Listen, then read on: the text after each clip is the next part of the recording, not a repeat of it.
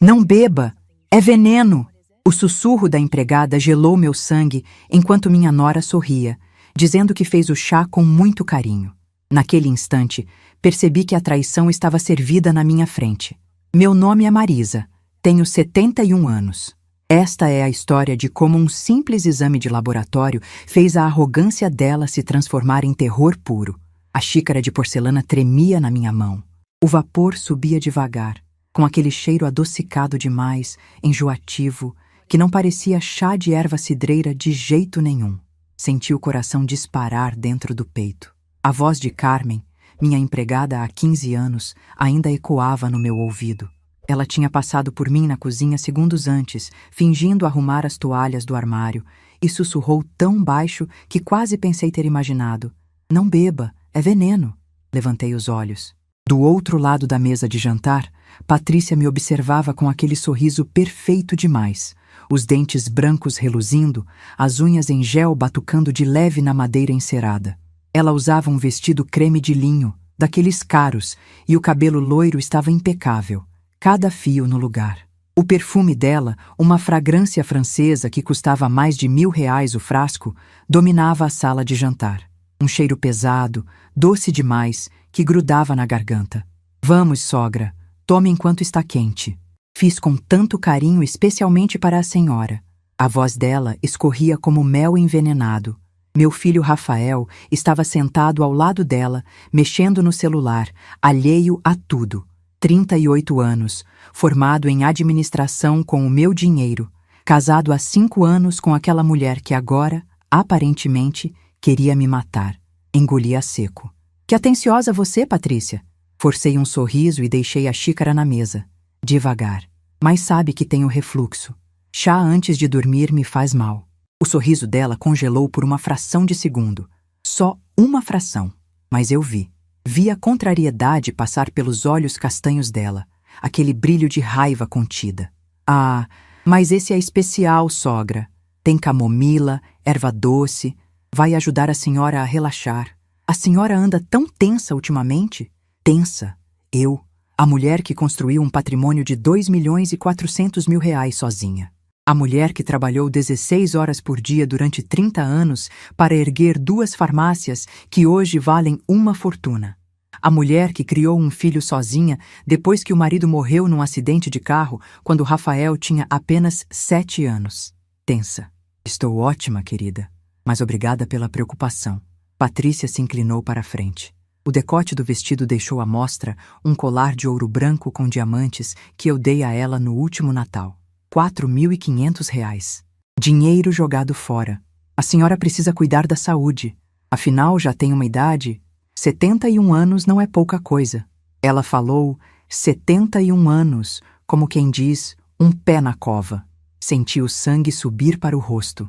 As mãos calejadas de tanto trabalho se fecharam em punhos debaixo da mesa. Respirei fundo. Não ia dar o gostinho de me ver perder a compostura. Idade eu tenho, mas saúde também. Faço academia 3 vezes por semana, caminho todo dia, não fumo, não bebo. Provavelmente vou enterrar muita gente mais nova que eu. O rosto dela ficou vermelho.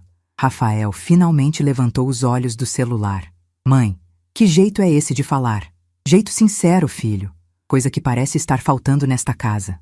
Patrícia se levantou da cadeira com um movimento brusco. A cadeira raspou no piso de madeira com um som agudo que me arrepiou. Eu não acredito. Eu faço um chá com carinho para minha sogra e sou destratada desse jeito. Rafael, você vai deixar sua mãe me humilhar assim na minha própria casa? Na minha própria casa. Essas palavras me acertaram como um soco no estômago. Sua casa? Minha voz saiu baixa, perigosamente baixa. Sua casa, Patrícia? Nossa casa, ora. Ela jogou a cabeça para trás, prepotente. Rafael e eu moramos aqui. Cuidamos desta casa. Pagamos as contas. Eu ri. Um riso seco, sem graça nenhuma. Pagam as contas? Com que dinheiro? Com a mesada de R$ 30.000 por mês que eu transfiro para a conta do meu filho? Com o cartão de crédito adicional que está no meu nome e que você estoura todo mês em roupas de grife e restaurantes caros? Mãe! Rafael se levantou furioso. Chega! Não, filho, não chega, porque eu estou cansada de engolir desaforo.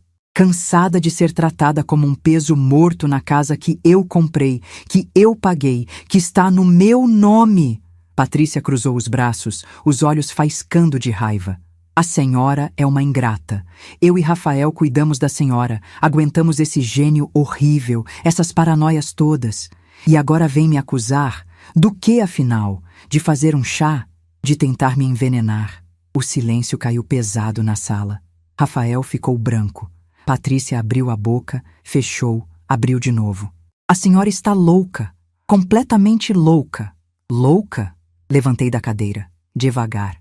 Minhas pernas tremiam, mas me mantive firme. Ou esperta o suficiente para perceber que vocês dois estão esperando minha morte para ficar com tudo. Mãe, isso é um absurdo. Rafael deu um passo na minha direção. A senhora está paranoica, precisa de um médico, um psiquiatra talvez. Psiquiatra. Agora eu era louca. Conveniente, não? Eu não preciso de psiquiatra. Preciso de uma família que me respeite.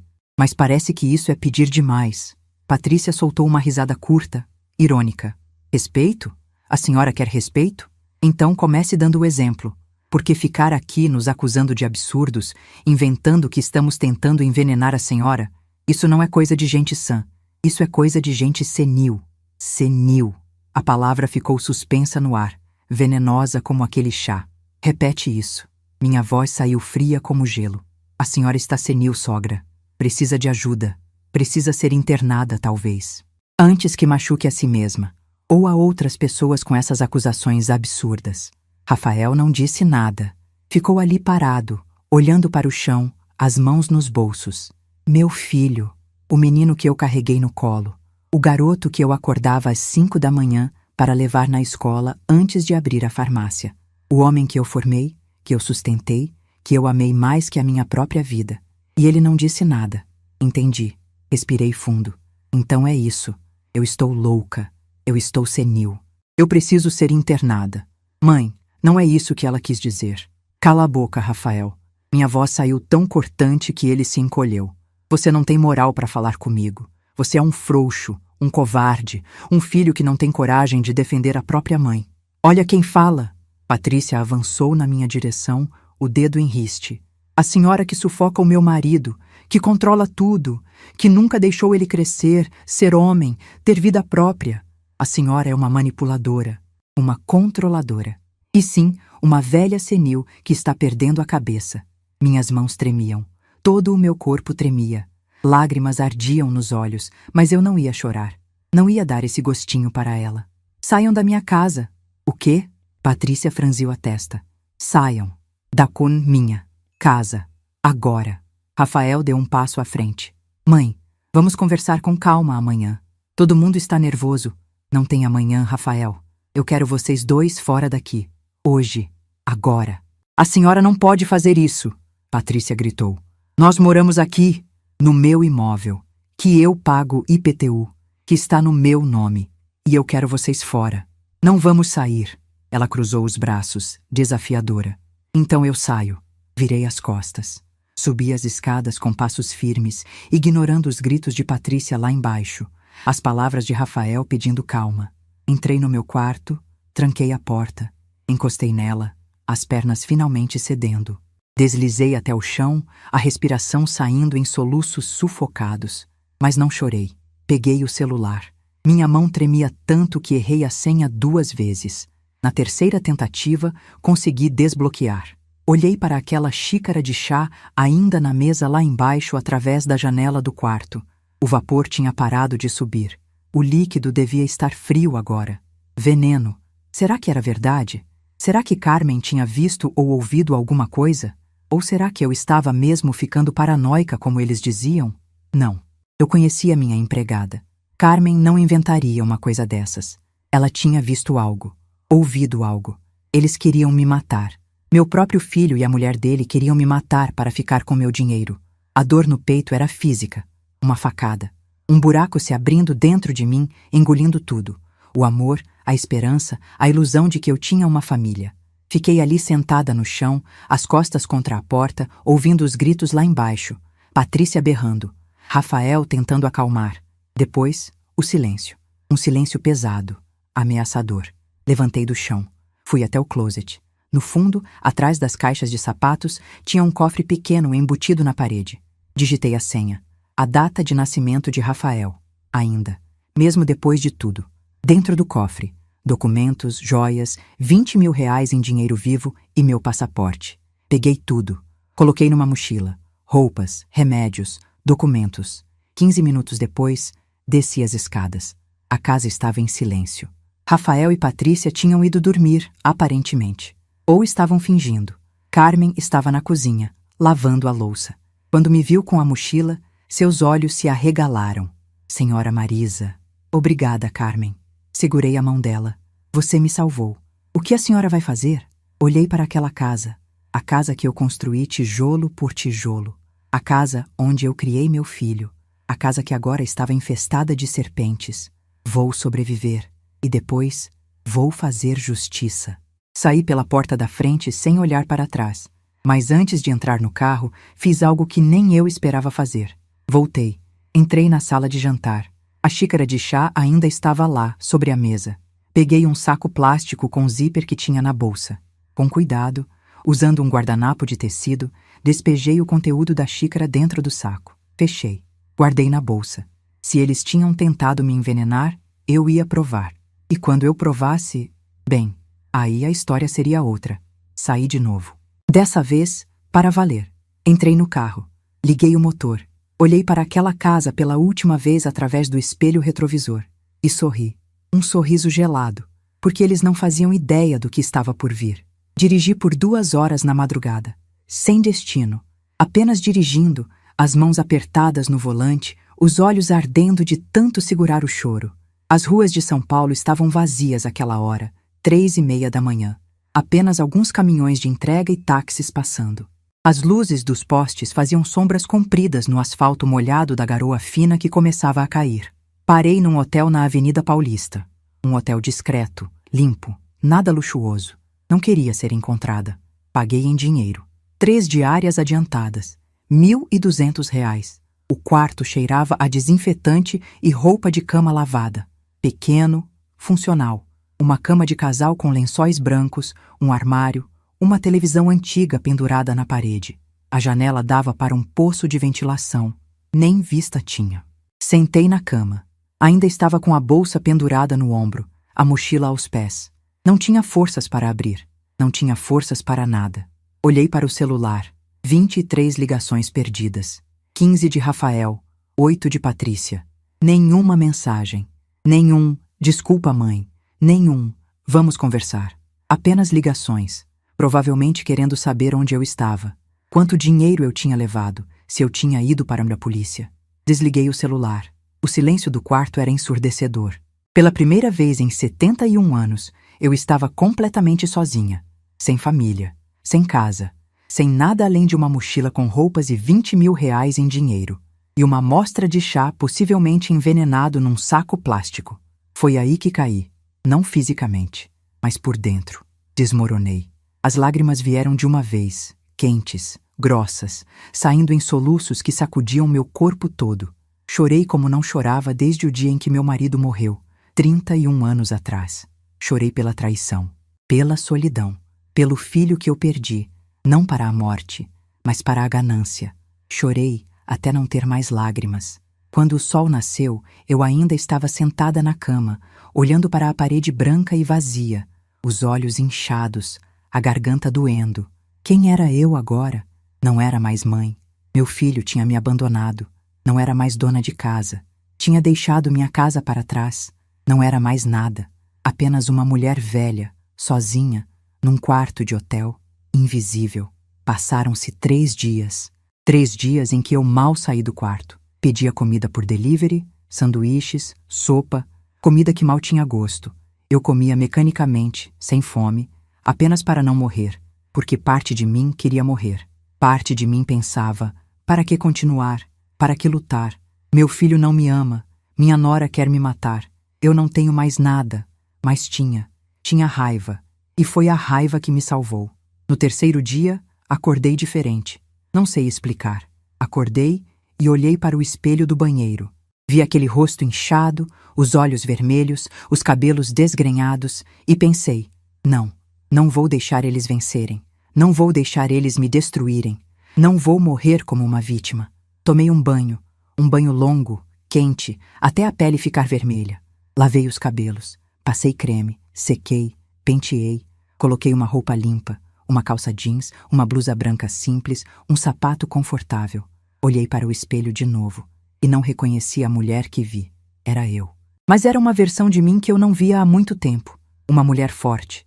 Uma mulher que já tinha enfrentado a viuvez aos 40 anos. Que tinha criado um filho sozinha. Que tinha construído um negócio do zero. Uma mulher que não desistia. Peguei o saco plástico com a amostra do chá. Olhei para ele. Aquele líquido amarelado, já frio, já quase sem cheiro. Se tinha veneno ali dentro, eu ia descobrir. E se tinha, eu ia fazer aqueles dois pagarem. Liguei o celular. As notificações explodiram. 52 ligações perdidas agora. 27 mensagens. Abri as mensagens. Rafael. Mãe, onde a senhora está? Rafael. Preciso falar com a senhora. Rafael. Por favor, me liga. Patrícia. Sogra. Precisamos conversar. Patrícia. A senhora sumiu com dinheiro? Patrícia. Vamos resolver isso como adultos. Deletei todas, mas não deletei o número de Carmen. Mandei uma mensagem para ela. Está tudo bem? Eles estão te tratando mal? A resposta veio em segundos. Senhora Marisa, graças a Deus. Estou bem. Eles perguntaram sobre a senhora. Eu disse que não sabia de nada, mas estou com medo. Medo de quê? Ouvi eles conversando. Vão tentar interditar a senhora, dizer que está com problema mental. Meu sangue gelou. Interditar. Era óbvio. Era a jogada perfeita. Me declarar incapaz, assumir o controle dos meus bens. Me trancar num asilo ou numa clínica psiquiátrica enquanto eles gastavam meu dinheiro. Mas para isso precisariam de provas, de laudos médicos, de testemunhas. E eu não ia dar essa chance para eles. Obrigada, Carmen. Você continua sendo meu anjo da guarda. Tome cuidado, senhora. Eles estão desesperados. Desesperados. Bom, gente desesperada comete erros. E eu ia usar cada erro contra eles. Saí do hotel. O sol de outubro estava forte, queimando a pele. São Paulo estava barulhenta, como sempre.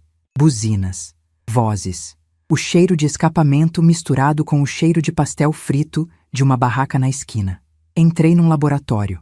Um laboratório particular, discreto, numa rua tranquila da Vila Mariana. A atendente era uma moça jovem, de cabelos pretos presos num coque. Bom dia, em que posso ajudar? Coloquei o saco plástico no balcão. Preciso de um exame toxicológico completo dessa amostra.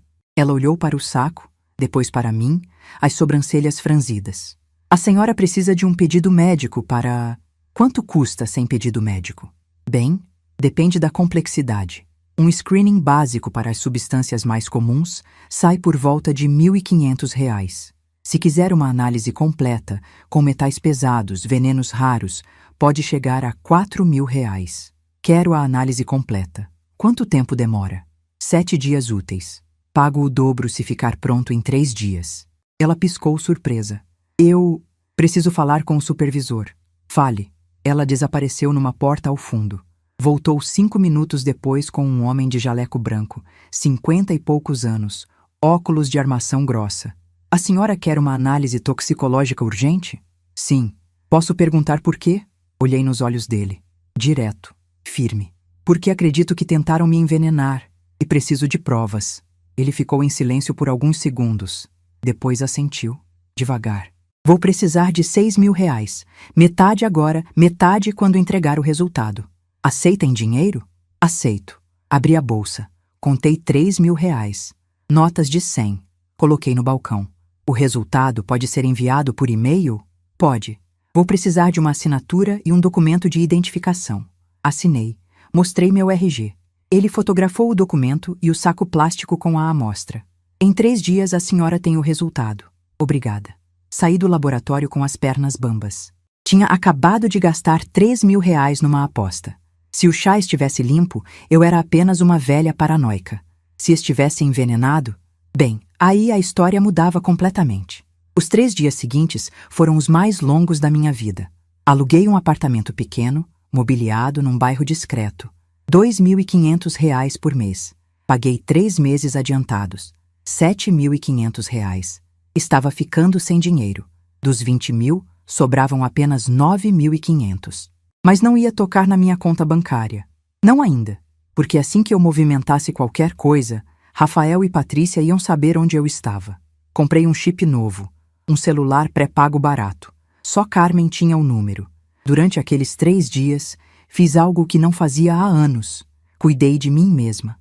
Acordava cedo, fazia caminhada no parque, tomava café da manhã numa padaria na esquina, pão francês com manteiga, café com leite, simples, gostoso.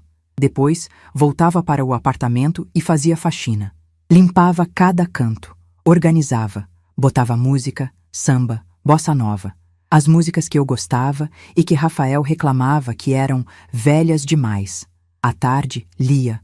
Romances que tinha comprado num sebo, histórias de mulheres fortes, mulheres que não desistiam. À noite, cozinhava. Para mim, apenas para mim. Macarrão alho e óleo, risoto de fungo, bife acebolado, comidas que eu gostava e que Patrícia torcia o nariz dizendo que eram gordurosas demais. E descobri algo incrível. Eu estava bem. Sozinha, sim, mas bem. Não tinha ninguém me criticando, ninguém me controlando, ninguém me fazendo sentir como um peso morto. Pela primeira vez em 5 anos, desde que Patrícia entrou na minha vida, eu estava em paz. No 3º dia, o e-mail chegou. Eram 8 horas da noite. Eu estava terminando de jantar quando o celular vibrou. Assunto: resultado, análise toxicológica. Amostra 847-B. Meu coração quase saiu pela boca. Abri o e-mail com as mãos tremendo.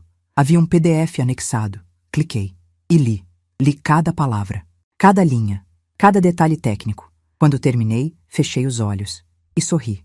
Um sorriso gelado, perigoso, porque o chá estava envenenado. Digitalis purpurea, dedaleira, uma planta cardiotóxica que causa arritmia, náusea, confusão mental, em doses altas, morte por parada cardíaca. A concentração encontrada na amostra, suficiente para matar uma pessoa idosa em questão de horas. Eles tinham mesmo tentado me matar. Meu próprio filho e a mulher dele tinham planejado meu assassinato. A dor no peito voltou, mas dessa vez não era só dor, era fúria. Peguei o celular, liguei para Carmen. Alô? Sou eu. Preciso de você. O que aconteceu, senhora Marisa?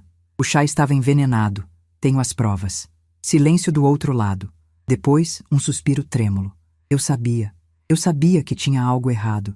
Você viu alguma coisa? Ouviu alguma coisa?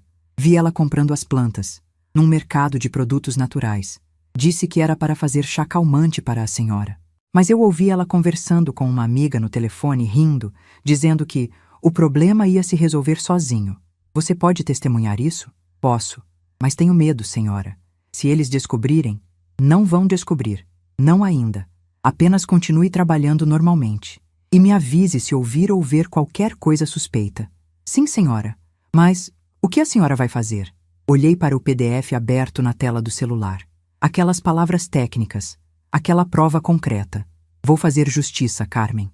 Do meu jeito. Desliguei. Fiquei ali sentada, na pequena sala do apartamento alugado, olhando para a parede. Eles tinham tentado me matar, mas tinham falhado. E agora era a minha vez. O choque da verdade é uma coisa estranha. Você imagina, desconfia, tem certeza quase absoluta.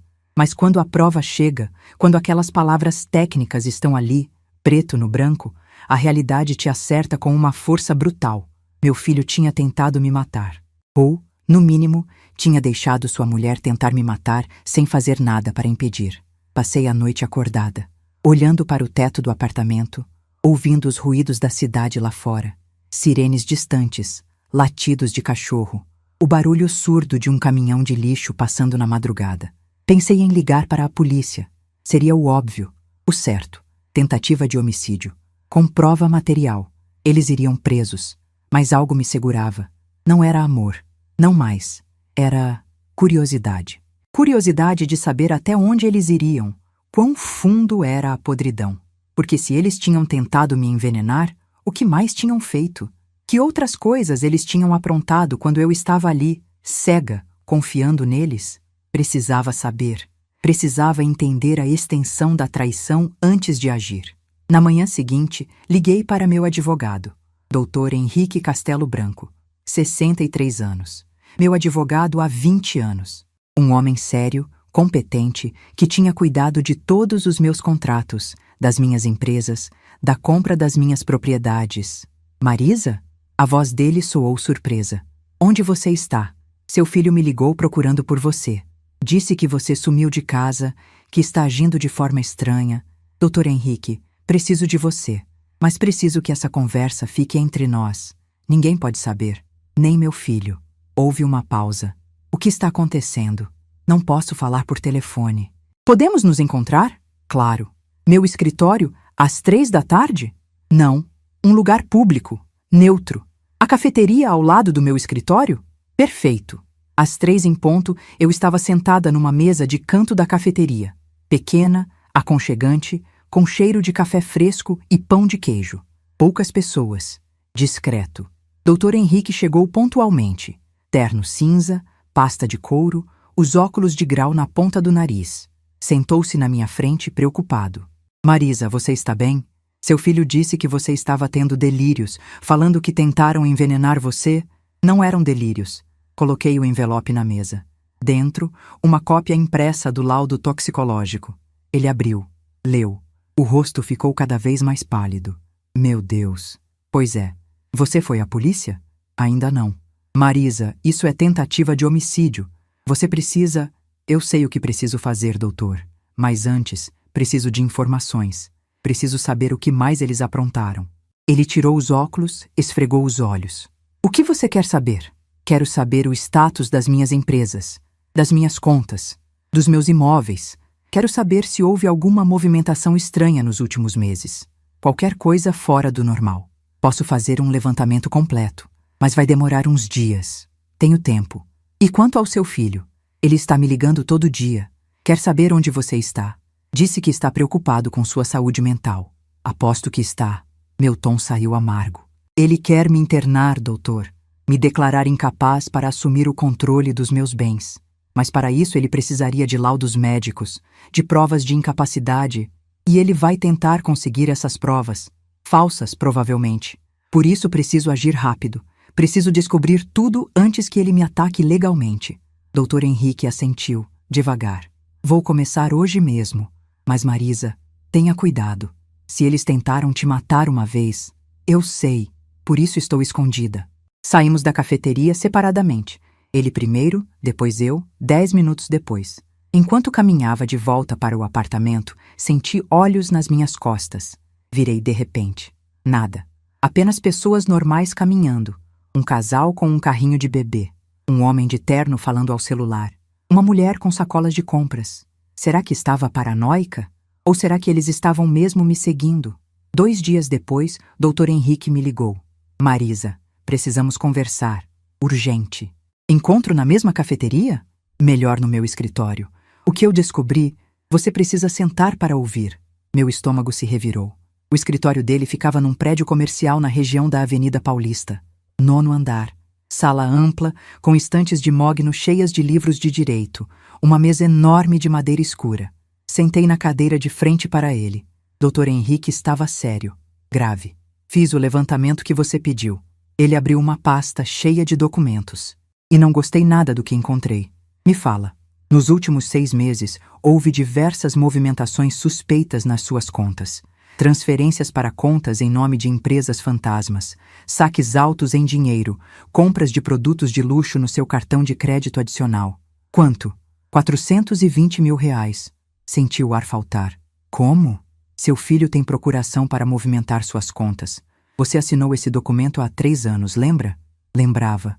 Rafael tinha pedido. Disse que era para facilitar, para ele poder ajudar a cuidar das finanças da família. E eu, burra, cega de amor, assinei. Tem mais. Dr. Henrique puxou outros documentos. Há 2 semanas foi aberto um processo judicial contra você. Ação de interdição, movida pelo seu filho. O quê? Ele está pedindo que você seja declarada incapaz. Juntou laudos de médicos que ele consultou, dizendo que você está apresentando comportamento errático, delírios persecutórios, risco para si mesma e para outros. Mas isso é mentira. Eu sei, mas ele tem assinaturas de médicos. médicos pagos, provavelmente. E tem testemunhas. A esposa dele vai depor. Vai dizer que você a acusou falsamente de tentativa de envenenamento, que você sumiu de casa sem avisar, que você está confusa e agressiva. Filho da mãe. Tem mais. Eu não queria ouvir mais. Mas precisava. Seu filho tentou vender uma das suas farmácias. Forjou sua assinatura num contrato. O comprador desistiu porque quis confirmar com você e não conseguiu te encontrar. Mas a tentativa está documentada. Ele falsificou minha assinatura? Sim, o que configura estelionato e falsificação de documento. Meu cérebro estava fervendo. 420 mil reais desviados. Processo de interdição. Tentativa de venda fraudulenta de patrimônio e tentativa de homicídio. Tudo isso. Tudo. O que eu faço, doutor? Ele se inclinou para a frente, os cotovelos apoiados na mesa. Você tem 2 caminhos. Ou vai para a polícia agora, denuncia tudo e torce para que a justiça seja rápida. Ou você age preventivamente. Revoga a procuração dele. Contesta a ação de interdição. Reúne todas as provas e prepara um contra-ataque. Quanto tempo eu tenho? A audiência da interdição está marcada para daqui a 2 semanas. Se você não aparecer, ele pode conseguir a interdição à revelia. 2 semanas. Então é o que eu tenho para virar esse jogo. Sim, levantei da cadeira. Preciso de você, doutor. Preciso revogar a procuração hoje. Preciso contestar essa ação. E preciso que você me ajude a reunir todas as provas contra eles. Todas. Vou fazer mais que isso. Vou entrar com uma ação de ressarcimento contra seu filho. E vou pedir o bloqueio de todos os bens que ele comprou com seu dinheiro. Faça. Apertamos as mãos. As dele, firmes e secas. As minhas, frias e trêmulas de raiva. Saí do escritório com a cabeça fervendo. Peguei um táxi. Dei o endereço da minha antiga casa. Era hora de buscar mais provas. Carmen me recebeu nos fundos, pela porta da cozinha. Olhos arregalados, assustada. Senhora Marisa! Eles estão procurando a senhora desesperados. Eles estão em casa agora? Não. Saíram. Foram encontrar um advogado. Perfeito. Preciso entrar. Tenho 20 minutos? Tem. Mas seja rápida. Entrei na casa como uma ladra. Na minha própria casa. Fui direto para o escritório de Rafael. Primeira gaveta. Documentos. Extratos bancários. Abri todos. Fotografei com o celular. Segunda gaveta. Contratos. Propostas de venda da farmácia. Minha assinatura falsificada. Fotografei. Terceira gaveta. Um caderno. Abri. E quase desmaiei. Era um caderno com anotações, planos, cálculos. Interditar mãe, assumir controle dos bens, vender farmácias, estimativa 2.400.000 reais, dividir 50-50 com Patrícia. Planos. Eles tinham planejado tudo. E mais embaixo. Solução rápida. Digitales no chá. Morte natural. Ataque cardíaco. Sem suspeitas. Minhas mãos tremiam tanto que quase derrubei o celular. Fotografei. Cada página. Cada linha. Saí do escritório. Fui para o quarto deles. Abri o armário de Patrícia. Roupas caras. Sapatos de grife. Bolsas importadas. Tudo comprado com meu dinheiro. No fundo do armário, uma caixa de sapatos. Abri. Dentro, recibos. Joias, notas fiscais e um saco plástico com restos de plantas secas. Dedaleira. Peguei o saco, fotografei, guardei de volta, fechei tudo. Deixei tudo exatamente como estava. Carmen me esperava na cozinha, nervosa. Conseguiu o que precisava? Consegui. Muito obrigada, Carmen. O que vai acontecer agora? Olhei nos olhos daquela mulher. Minha aliada, minha testemunha. Justiça, Carmen. Vai acontecer justiça. Saí pela porta dos fundos. Entrei no táxi que tinha pedido para me esperar na esquina. Para onde, senhora? Para o escritório do meu advogado. Porque agora eu tinha tudo. Provas do veneno. Provas do desvio de dinheiro. Provas da falsificação. Provas do plano todo. E em 2 semanas, numa audiência, eu ia colocar tudo na mesa. Mas antes disso, precisava de uma última coisa.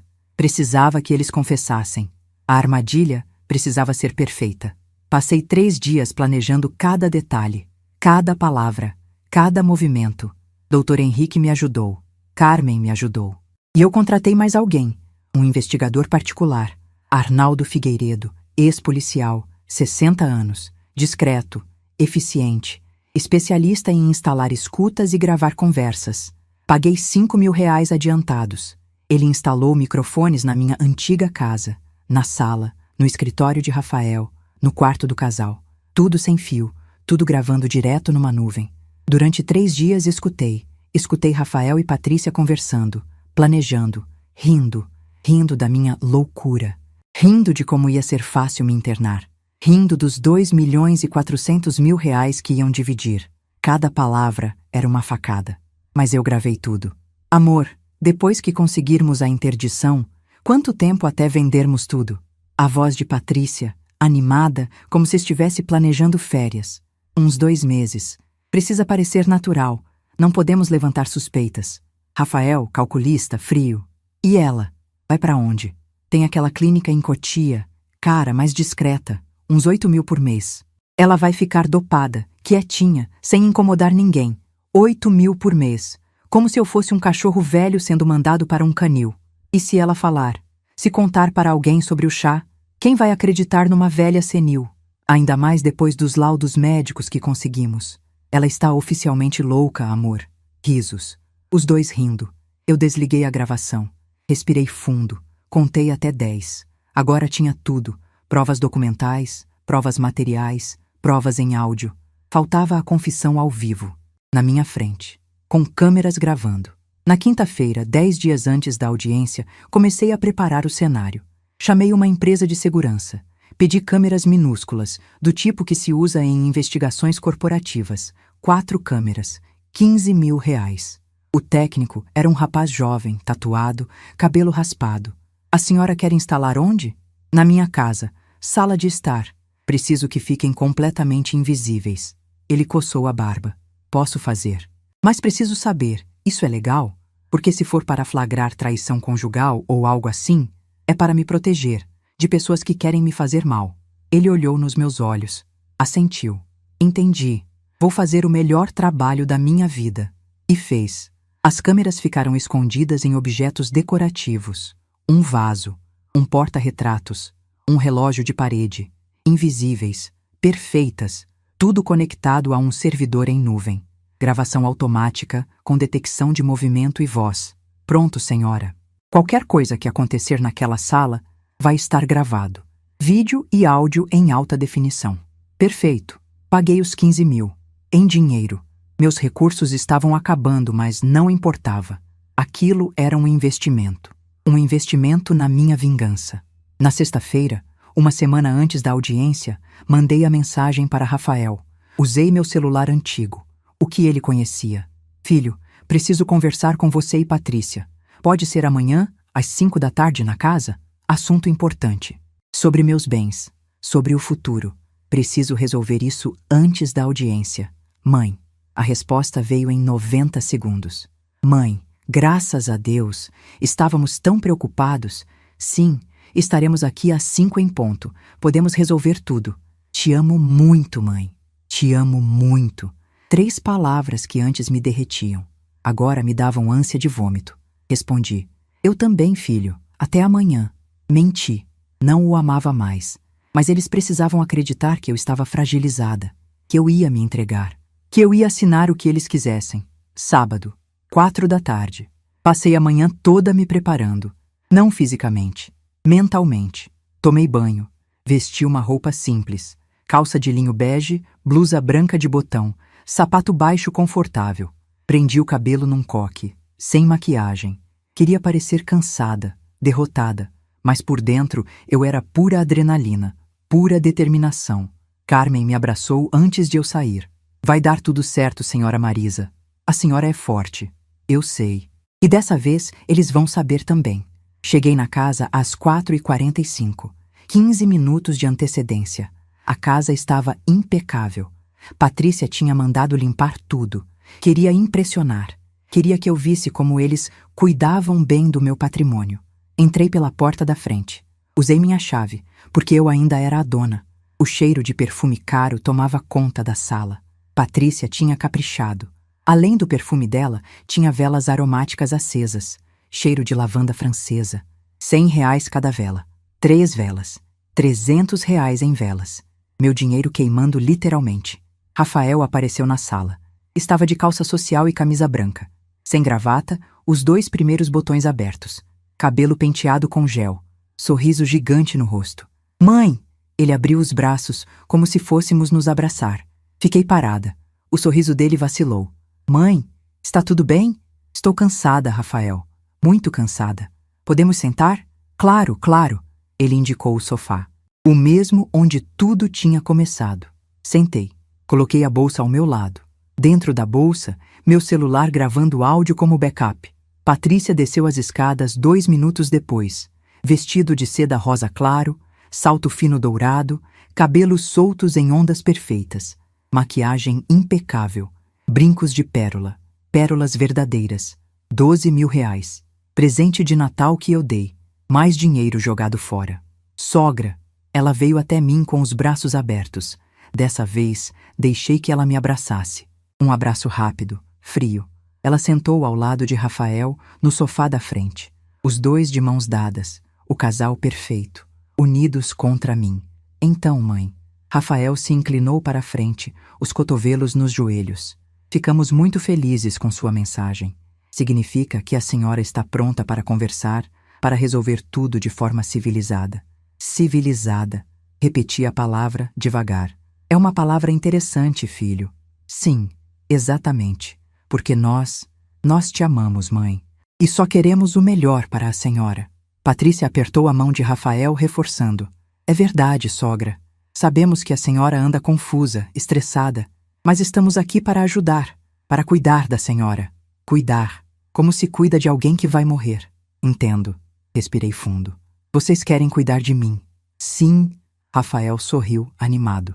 Inclusive, conversamos com aquele médico excelente, o Dr. Vanderlei. Ele disse que existem tratamentos modernos para os sintomas que a senhora está apresentando. Sintomas? As confusões mentais, os delírios, as acusações infundadas. Patrícia falou docemente, como se conversasse com uma criança. Mas com medicação adequada e acompanhamento, a senhora pode melhorar muito. Medicação, eles queriam me dopar. E onde eu faria esse tratamento? Bem, Rafael trocou um olhar com Patrícia. Existe uma clínica maravilhosa em Cotia, muito tranquila, arborizada, com profissionais excelentes.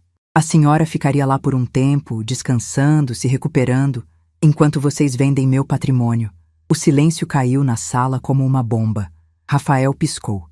O que a senhora disse? Eu disse, enquanto vocês vendem meu patrimônio, as farmácias, esta casa, tudo, para ficarem com os 2.400.000 reais. Patrícia ficou branca. Sogra, isso é absurdo. Nós nunca... Abri a bolsa. Tirei a primeira pasta. Coloquei na mesa de centro. Então me explique isso. Rafael pegou a pasta com as mãos trêmulas. Abriu. Dentro, cópias dos extratos bancários destacando todas as transações suspeitas. 420 mil reais. Cada centavo rastreado. Mãe, eu posso explicar. Explique. Cruzei os braços.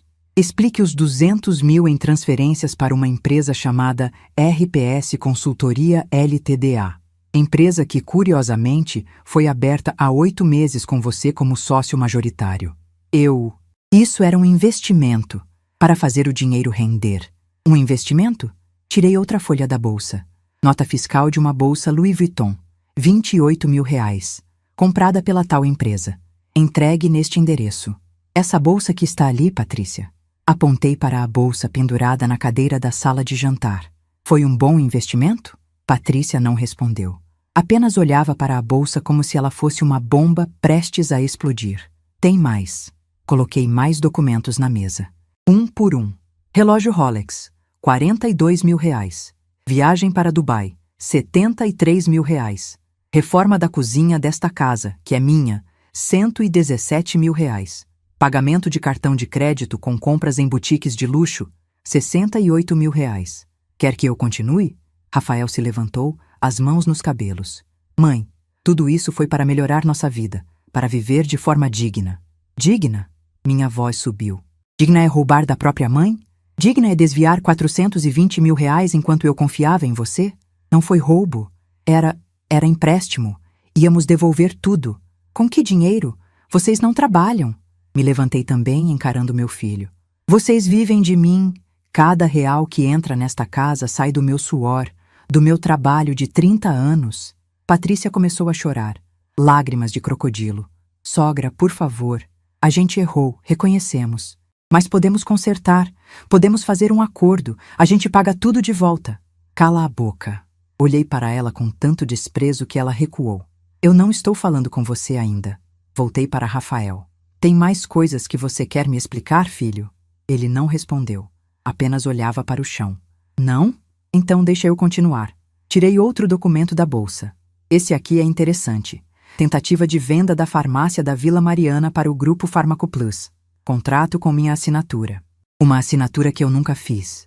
Mãe, você falsificou minha assinatura. Gritei. Você cometeu um crime. Falsificação de documento. Estelionato. Foi um erro. Eu estava desesperado. Precisava de dinheiro para... Para quê? Para sustentar sua mulher metida a madame? Para pagar as contas do cartão de crédito dela? Para manter esse estilo de vida de mentira enquanto eu trabalhava feito uma condenada? Patrícia se levantou, furiosa. Eu não sou metida a nada, e a senhora sim é controladora. Nunca deixou meu marido crescer, sempre prendendo ele com suas regras, suas cobranças. Prendendo? Ri, um riso amargo. Eu paguei a faculdade dele. Eu dei a ele um emprego nas minhas empresas. Eu dei um teto, comida, dignidade. E você, o que deu? Além de dívidas e vergonha? Eu dou amor, algo que a senhora nunca soube dar. Amor? Me aproximei dela, devagar. Você sabe o que é amor, Patrícia? Ela me encarou, desafiadora. Amor não é tentar matar a pessoa. Joguei o laudo toxicológico na mesa. O efeito foi imediato. Patrícia ficou paralisada. Rafael pegou o laudo, leu as primeiras linhas e deixou cair no chão. Isso... Não. Patrícia balançou a cabeça. Isso não prova nada. Não? Joguei na mesa o saco plástico com os restos de dedaleira. Isso. Encontrado no seu armário. No fundo. Dentro de uma caixa de sapatos marca Prada, onde você guarda suas joias. As joias que eu comprei. Eu comprei essas plantas para fazer chá calmante. Não sabia que era venenoso. Mentira. Joguei as fotos do caderno de Rafael. Está tudo anotado aqui, com a letra dele. Solução rápida, digitales no chá, morte natural, ataque cardíaco, sem suspeitas. Rafael caiu sentado no sofá, o rosto entre as mãos. Patrícia olhou para ele, depois para mim, depois para os documentos espalhados na mesa. Foi só uma ideia. Nós nunca íamos fazer isso de verdade. Não? Então por que você preparou o chá? Porque você veio até mim com aquele sorriso falso e me ofereceu a xícara? Se Carmen não tivesse me avisado, eu estaria morta agora. Não, eu não ia deixar a senhora beber. Era só para assustar, para fazer a senhora perceber que precisava de ajuda. Para me assustar? Minha voz ecoou na sala. Você botou veneno numa xícara e veio me oferecer, e quer que eu acredite que era só para assustar? Ela começou a chorar de verdade agora. Soluços altos, desesperados. Rafael levantou a cabeça, os olhos vermelhos, inchados. Mãe, eu sinto muito. Eu nunca quis que chegasse a esse ponto. Você o quê, Rafael? Você se arrependeu? Você teve um momento de consciência? Eu errei muito, mas foi tudo culpa dela, apontou para Patrícia. Ela que teve a ideia! Ela que comprou as plantas! Ela que fez o chá! Patrícia ficou de boca aberta. Seu mentiroso! Ela avançou nele, furiosa. Você quem fez as contas. Você quem planejou tudo. Você quem disse que seria fácil, que ninguém suspeitaria. Por que você me pressionou, dizendo que eu era um frouxo, que eu nunca ia ser homem de verdade se continuasse dependendo da minha mãe? Eu te pressionei. Você quis tanto quanto eu. Você estava louco para colocar as mãos no dinheiro dela. E ali, na minha frente, eles começaram a se destruir. As acusações voando, os gritos ecoando, as verdades sendo cuspidas como veneno. Eu apenas observava, calma, fria como gelo, porque cada palavra estava sendo gravada, em áudio, em vídeo, em 4 ângulos diferentes. Quando eles finalmente se acalmaram, exaustos de tanto gritar, me virei e peguei minha bolsa. Acabou. Rafael me olhou, os olhos suplicantes, vermelhos de tanto chorar. Mãe, por favor, a gente pode resolver isso. A gente paga tudo de volta. A gente faz terapia. A gente... Acabou, Rafael.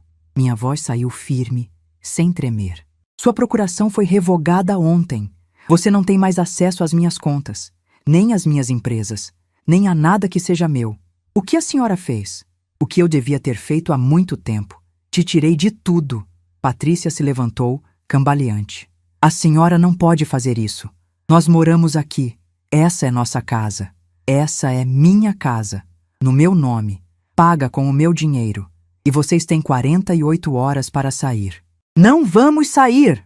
Então, segunda-feira de manhã, às 8 horas, estarei numa delegacia registrando boletim de ocorrência contra vocês dois. Tentativa de homicídio qualificado, estelionato, falsificação de documento e todos os outros crimes que meu advogado encontrar para enquadrar vocês.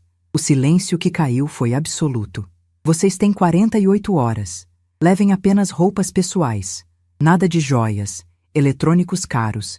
Nada que foi comprado com meu dinheiro. Só as roupas. Se levarem qualquer outra coisa, vou acrescentar furto à lista de acusações. Mãe! A voz de Rafael saiu fraca, quebrada. Para onde vamos? Não é problema meu. Podem ir para a casa da mãe dela. Apontei para Patrícia. Aquela que vocês sempre evitavam porque é simples demais para o padrão de vocês. A senhora vai nos deixar na rua. Vocês iam me deixar num caixão? Eu diria que estão tendo sorte. Me virei para ir embora. Ah, e mais uma coisa. Olhei para trás, uma última vez. Rafael, sobre a audiência de interdição. Pode cancelar, porque eu vou aparecer, com meu advogado, com essas provas todas. E vou pedir não só o arquivamento do processo, mas danos morais. Vou processar vocês dois por tudo que vocês tentaram fazer comigo. A senhora não tem provas. Patrícia gritou, desesperada. Olhei para o vaso de flores no canto da sala, depois para o relógio na parede, depois para o porta-retratos na estante. Sorri. Tenho sim. Mais do que vocês imaginam. E saí. Andei até a porta. Abri. Parei no batente. Ah, Rafael, uma última coisa. Ele levantou a cabeça esperançoso. Você não é mais meu filho. Você morreu para mim no dia que colocou veneno naquela xícara. O Rafael que eu conheci, que eu criei, que eu amei, esse Rafael morreu. E eu não quero conhecer a pessoa que está no lugar dele. Mãe, não me liga, não me procura, não tenta falar comigo. Para mim, você não existe mais. E fechei a porta. Desci os degraus da entrada. Entrei no carro onde Dr. Henrique me esperava. Ele olhou para mim preocupado. Conseguiu? Mostrei o celular. A gravação de áudio ainda rodando. Parei. 47 minutos e 32 segundos. Consegui tudo. E as câmeras? Arnaldo já confirmou. Todas as 4 gravaram perfeitamente. Temos vídeo em alta definição de toda a conversa. Inclusive as confissões deles? Inclusive. Eles se entregaram completamente. Encostei a cabeça no banco do carro. Fechei os olhos. Então acabou. Não, Marisa. Dr. Henrique colocou a mão no meu ombro. Agora começa a justiça. Segunda-feira, 7h15 da manhã. Entrei na delegacia acompanhada do Dr. Henrique, do investigador Arnaldo e de Carmen, que seria uma das testemunhas. Levamos 2 caixas de papelão cheias de provas, laudos toxicológicos, extratos bancários, contratos falsificados, fotos, gravações de áudio e um pendrive com 47 minutos de vídeo em alta definição, mostrando Rafael e Patrícia confessando tudo. A delegacia cheirava a café velho e papel, barulho de máquinas de escrever antigas misturado com vozes e telefones tocando. O delegado responsável era Dr. Sérgio Maldonado, 53 anos, careca, barriga saliente, óculos de grau grosso, mas os olhos eram inteligentes, atentos. Ele nos recebeu numa sala pequena, com uma mesa cheia de processos e uma janela que dava para um estacionamento. Senhora Marisa? Ele apertou minha mão. O senhor é o advogado dela? Dr. Henrique Castelo Branco. E este é o investigador Arnaldo Figueiredo. Sentem-se, por favor. Ele indicou as cadeiras. Então me contem. O que aconteceu? E contei. Contei tudo. Desde o dia da xícara de chá até a confissão gravada 2 dias atrás. Ele ouviu em silêncio, fazendo anotações. Quando terminei, ele tirou os óculos e esfregou os olhos. Senhora Marisa, em 30 anos de polícia, eu vi muita coisa, muita covardia, muita maldade. Mas tentativa de homicídio de filho contra mãe, isso ainda me choca. Choca, mas não é raro. Dr. Henrique colocou um documento na mesa. Segundo dados do Ministério da Saúde, violência contra idosos, especialmente violência patrimonial e física cometida por familiares, cresce 8% ao ano no Brasil. Infelizmente é verdade. O delegado assentiu. Posso ver as provas? Abrimos as caixas. Ele examinou tudo, cada documento, cada foto. Ouviu trechos das gravações de áudio. Assistiu o vídeo inteiro da confissão. Quando terminou, eram 10h30 da manhã. Ele se recostou na cadeira, soltou um longo suspiro. Senhora Marisa, nunca vi um caso tão bem documentado na minha vida. A senhora poderia trabalhar para a polícia. Aprendi que não se luta sem munição, doutor. Aprendeu bem. Ele começou a preencher formulários. Vou lavrar o boletim de ocorrência agora. E vou pedir a prisão temporária dos dois. Temos tipificação para tentativa de homicídio qualificado, estelionato qualificado, falsificação de documento particular, uso de documento falso, apropriação indébita. Posso chegar a uns 7 ou 8 crimes facilmente. Quanto tempo eles podem pegar? Com essas provas? Ele pausou, pensativo. Somando tudo, estamos falando de 15 a 20 anos. Cada um. Se o júri for severo, pode chegar a 25. 25 anos. Meu filho podia passar 25 anos na cadeia. Senti algo estranho no peito. Não era dó, não era arrependimento. Era alívio. E o processo de interdição que eles moveram contra mim? Com essas provas, vai ser arquivado imediatamente. Nenhum juiz vai considerar um pedido de interdição vindo de pessoas que tentaram assassinar a suposta incapaz. Aliás, isso pode até configurar mais um agravante. Dr. Henrique sorriu. E nós vamos entrar com ação de danos morais, pelo sofrimento psicológico, pelas acusações de insanidade mental, pela tentativa de usurpação de patrimônio. Qual o valor que pretendem pedir? 500 mil reais. O delegado assobiou baixinho. É um valor alto. Mas considerando tudo, acho que conseguem. Ele terminou de preencher os formulários. Carimbou. Assinou. Pronto. Boletim de ocorrência lavrado. Agora vou encaminhar o pedido de prisão para o juiz. Com essas provas, deve sair hoje mesmo. Onde eles estão agora? Na minha casa. Eu dei 48 horas para saírem. Não saíram? Não sei. Não voltei lá. Vou mandar uma equipe verificar. Se estiverem lá, faremos a prisão hoje à tarde. Levantei da cadeira. Estendi a mão. Muito obrigada, Dr. Sérgio. Obrigado à senhora por ter coragem de denunciar. Muitos idosos não denunciam por medo, por vergonha ou por apego emocional aos agressores. A senhora fez o certo. Saímos da delegacia ao meio-dia. O sol estava forte. Setembro em São Paulo. Calor seco. Céu azul clarinho. Dr. Henrique me levou para almoçar num restaurante japonês. Comida leve, silenciosa. Eu mal conseguia comer. O estômago estava embrulhado. Você está bem? Ele perguntou preocupado. Estou. É só estranho. Depois de tudo, finalmente chegar nesse ponto. Você fez o que tinha que fazer, Marisa. Não se martirize. Não estou me martirizando. É só definitivo, sabe? Depois de hoje não tem mais volta. Você gostaria que tivesse volta? Pensei na pergunta. Pensei na xícara de chá envenenado. Nos 420 mil reais roubados, nas risadas deles planejando minha morte. Não, não gostaria. Ele sorriu. Então está tudo certo. A ligação do delegado veio às 4h20 da tarde. Senhora Marisa, sou o delegado Sérgio. A prisão foi efetuada. Meu coração disparou. Os dois? Sim, eles ainda estavam na casa da senhora. Fazendo as malas, segundo relataram os policiais. Foram presos em flagrante de esbulho possessório, já que a senhora havia dado prazo para a saída e eles não cumpriram. Como eles reagiram? A esposa chorou bastante. Gritou. Disse que era injustiça, que a senhora é que devia estar presa. Seu filho ficou calado a maior parte do tempo. Quando foi algemado, ele pediu para falar com a senhora. Os policiais disseram que não era possível. Senti um aperto no peito. Ele disse mais alguma coisa? Disse que... O delegado hesitou. Disse que te ama e que sente muito. Desliguei o telefone. Sentei no sofá do apartamento alugado. Olhei para a parede branca. E chorei. Chorei por aquele menino de 7 anos que perdeu o pai num acidente de carro. Chorei pela viúva de 40 anos que teve que criar um filho sozinha. Chorei pelas noites que passei em claro trabalhando para dar uma vida boa para ele.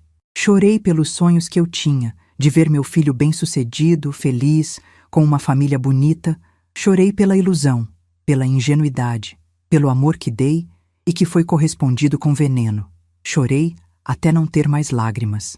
E quando parei, lavei o rosto, tomei um copo de água e segui em frente.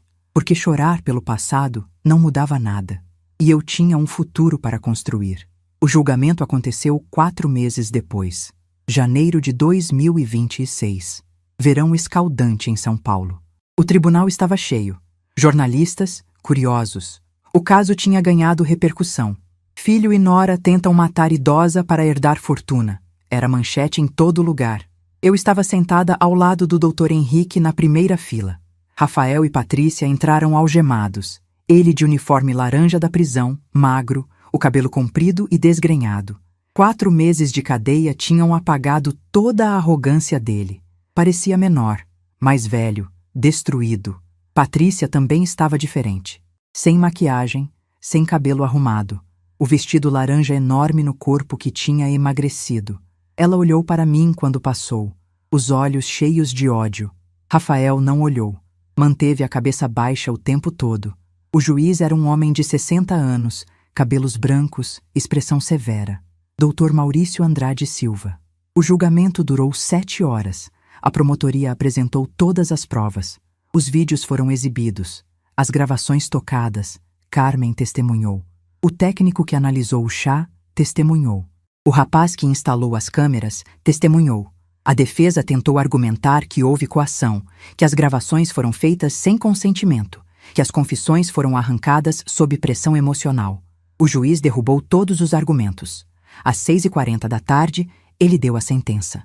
Diante das provas apresentadas, incontestáveis e conclusivas, este tribunal condena Rafael Andrade Costa a pena de 18 anos de reclusão em regime inicialmente fechado, pelos crimes de tentativa de homicídio qualificado pelo emprego de veneno e pela relação de parentesco, estelionato qualificado, falsificação de documento particular e apropriação indébita.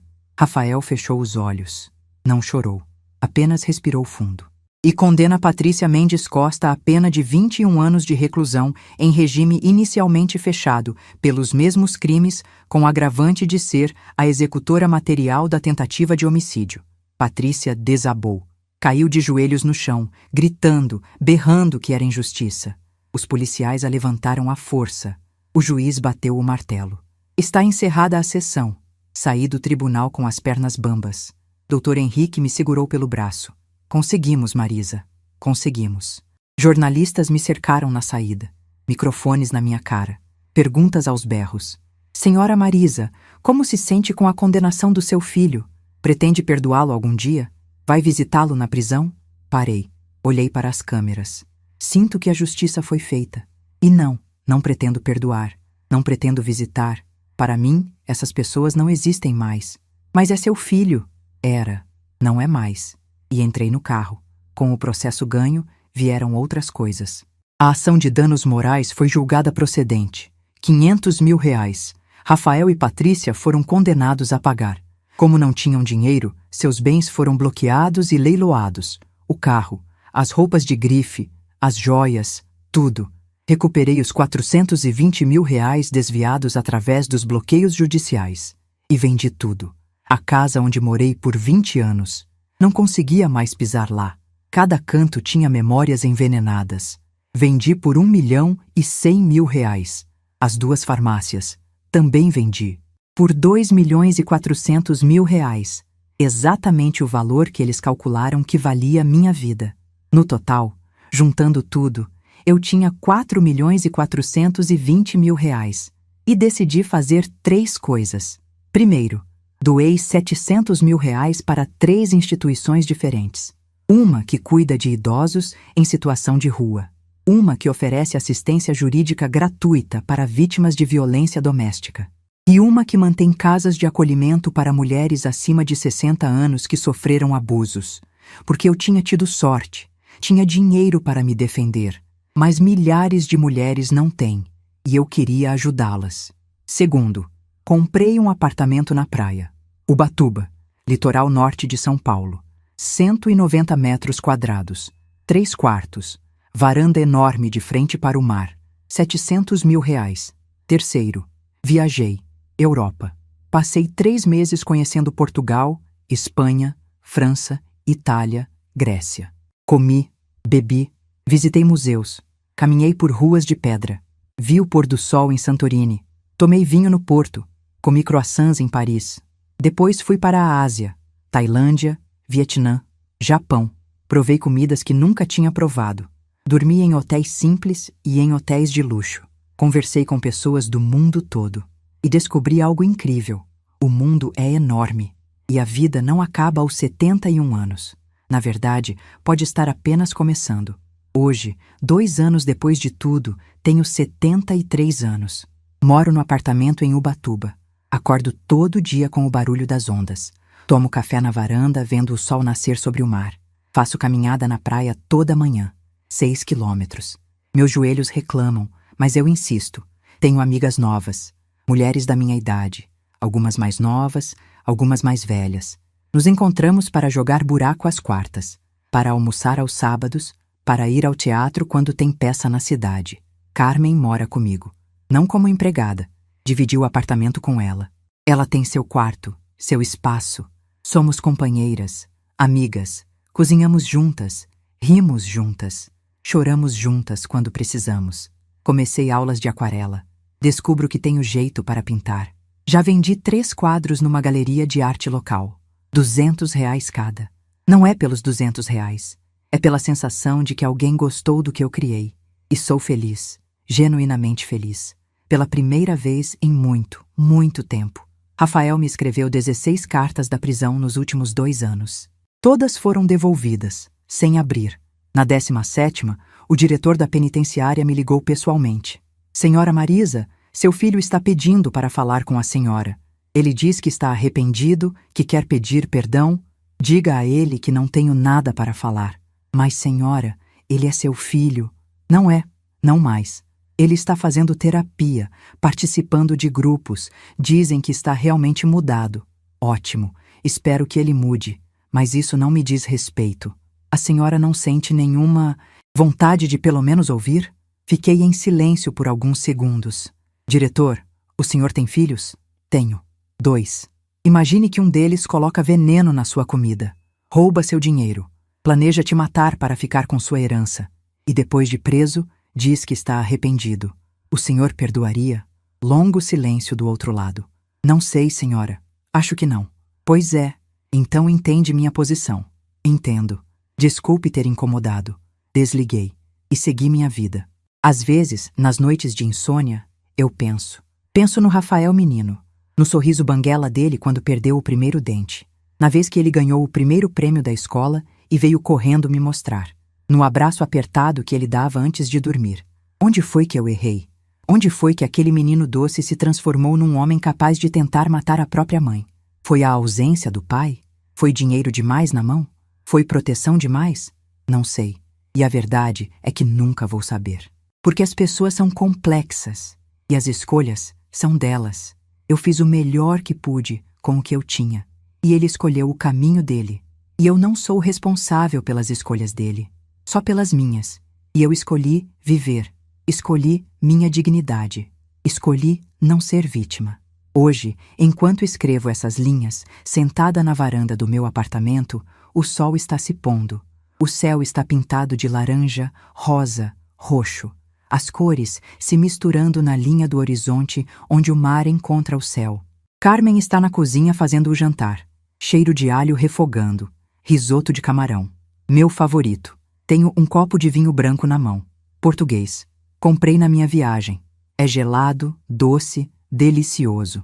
E estou em paz. Porque no final, a única pessoa que vai estar sempre ao seu lado é você mesma. E se você não se respeitar, se você não se defender, ninguém vai fazer isso por você. Eu aprendi isso do jeito mais doloroso possível. Através da traição do próprio sangue. Através da tentativa de homicídio. Através da dor de enterrar um filho que ainda está vivo. Mas aprendi. E hoje, posso olhar no espelho e gostar da mulher que vejo. Uma sobrevivente, uma guerreira, uma mulher que não se curvou, que não aceitou ser vítima, que lutou pela própria dignidade, mesmo quando isso significava virar as costas para quem ela mais amava. Se você está lendo ou ouvindo essa história, quero que saiba de uma coisa: não importa a sua idade. Não importa quantas vezes você foi traído, usado, descartado. Você tem direito à dignidade. Você tem direito à justiça. Você tem direito de escolher a si mesmo, mesmo que isso signifique romper com pessoas que você ama. Porque amor de verdade não destrói. Amor de verdade não envenena. Amor de verdade não planeja sua morte para ficar com seu dinheiro. E às vezes, o ato mais amoroso que você pode fazer por si mesmo é dizer: não mais. Acabou. Eu mereço melhor. Eu disse isso. E hoje, aos 73 anos, vivo a melhor fase da minha vida. Vivo com liberdade, com paz, com a consciência tranquila de que fiz o certo, de que escolhi minha dignidade acima de tudo. E você também pode. Basta ter coragem. Coragem para ver a verdade. Coragem para reunir provas. Coragem para denunciar. Coragem para virar a página, mesmo quando dói. Mas vale a pena. Acredite em mim. Vale a pena. Porque no final, quando o sol se põe e você está sozinha com seus pensamentos, a única coisa que importa é se você consegue olhar para si mesma com respeito. E eu consigo. Finalmente, depois de tudo, eu consigo. Se essa história tocou seu coração, se você conhece alguém que está passando por uma situação parecida, compartilhe. Se inscreva no canal. Deixe seu comentário contando o que você faria no meu lugar. E não esqueça de clicar na próxima história que já está passando na sua tela. Até a próxima. E lembre-se sempre, sua dignidade não tem preço.